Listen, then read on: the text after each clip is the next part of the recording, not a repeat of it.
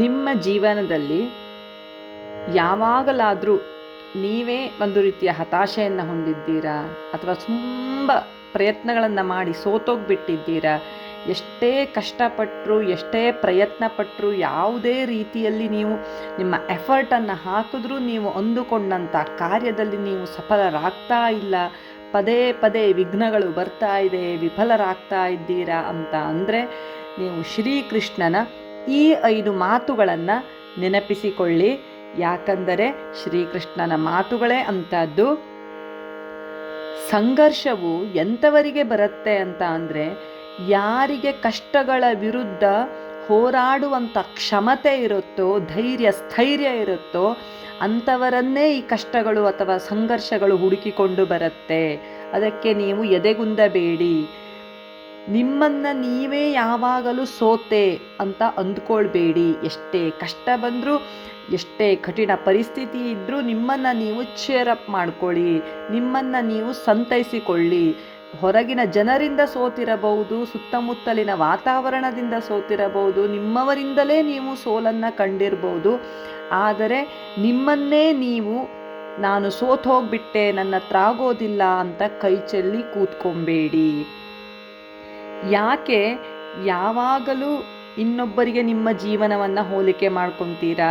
ಅವ್ರು ಹಾಗಿದ್ದಾರೆ, ಇವ್ರು ಹೀಗಿದ್ದಾರೆ, ಅವ್ರ ಹತ್ರವೆಲ್ಲ ವಸ್ತುಗಳು ಇದೆ, ನನ್ನ ಹತ್ರ ಎಲ್ಲ ವಸ್ತುಗಳು ಇಲ್ಲ, ಅವರಿಗೆಲ್ಲವನ್ನೂ ಸುಲಭವಾಗಿ ದೇವರು ಕೊಟ್ಬಿಟ್ಟಿದ್ದಾನೆ, ನನಗೆ ಕೊಟ್ಟಿಲ್ಲ.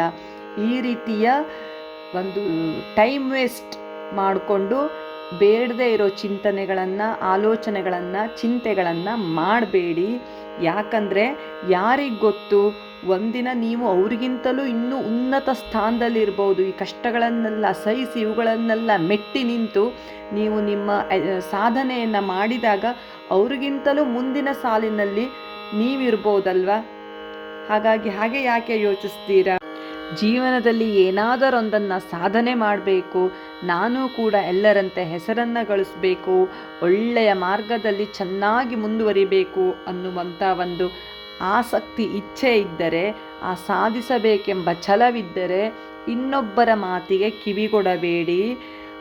ಒಳ್ಳೆಯ ಹೆಸರನ್ನು ಮಾಡುವ ಉದ್ದೇಶ ಅಥವಾ ಸಾಧನೆಯನ್ನು ಗೈಯುವ ಉದ್ದೇಶವಿದ್ದರೆ ನಿಮ್ಮ ನಿರ್ಣಯವನ್ನು, ನಿಮ್ಮ ನಿರ್ಧಾರವನ್ನು ನೀವೇ ತೆಗೆದುಕೊಳ್ಳಿ. ನನಗೆ ಏನು ಬೇಕು, ನಾನು ಏನನ್ನು ಮಾಡಬೇಕು, ನನಗೆ ಯಾವುದನ್ನು ಮಾಡುವ ಸಾಮರ್ಥ್ಯವಿದೆ, ಆ ದಾರಿಯನ್ನು ಹೇಗೆ ಕಂಡುಕೊಳ್ಳಬೇಕು, ಹೇಗೆ ಸತತ ಪ್ರಯತ್ನವನ್ನು ಮಾಡಬೇಕು ಎನ್ನುವಂಥ ದೃಢ ನಿರ್ಧಾರವನ್ನು ನೀವೇ ತೆಗೆದುಕೊಳ್ಳಿ. ಹಾಗೆಯೇ ಒಮ್ಮೆ ಎಷ್ಟೇ ಪ್ರಯತ್ನ ಪಟ್ಟರೂ ಇವೆಲ್ಲವನ್ನು ಮಾಡಿಯೂ ಕೂಡ ನಿಮ್ಮ ಕಾರ್ಯ ಸಫಲ ಆಗಿಲ್ಲ ಅಂತಾದಲ್ಲಿ, ಇಲ್ಲ ನಾನು ಸೋತೋಗ್ಬಿಟ್ಟೆ, ಇನ್ನು ನನ್ನ ಬಳಿ ಪ್ರಯತ್ನ ಮಾಡೋಕ್ಕೆ ಸಾಧ್ಯ ಇಲ್ಲ, ಇನ್ನು ಈ ಕಷ್ಟವನ್ನು ಸಹಿಸೋಕ್ಕೆ ಸಾಧ್ಯ ಇಲ್ಲ, ನಾನು ಸೋತೋಗ್ಬಿಟ್ಟೆ ಅಂತ ನಿಮ್ಮ ಮನಸ್ಸಿಗೆ ಅಥವಾ ನಿಮ್ಮ ಮೈಂಡಿಗೆ ಬಂತು ಅಂದರೆ, ನಿಮ್ಮ ಮನಸ್ಸನ್ನು ನೀವೇ ಧೈರ್ಯವಾಗಿ ಪ್ರಶ್ನಿಸಿ, ಇಷ್ಟೇನಾ ನಿನಗಿರುವಂಥ ಸಾಮರ್ಥ್ಯ, ಇಷ್ಟೇನಾ ನಿನ್ನ ಹತ್ರ ಆಗೋದು, ನಿನಗೆ ಸಾಧಿಸೋಕೆ ಬೇಕಾದಂಥ ತಾಳ್ಮೆ, ಸಹನೆ, ಸಮಯ ಇಲ್ವಾ ಅಂತ ನಿಮ್ಮನ್ನು ನೀವೇ ಪ್ರಶ್ನಿಸಿಕೊಳ್ಳಿ.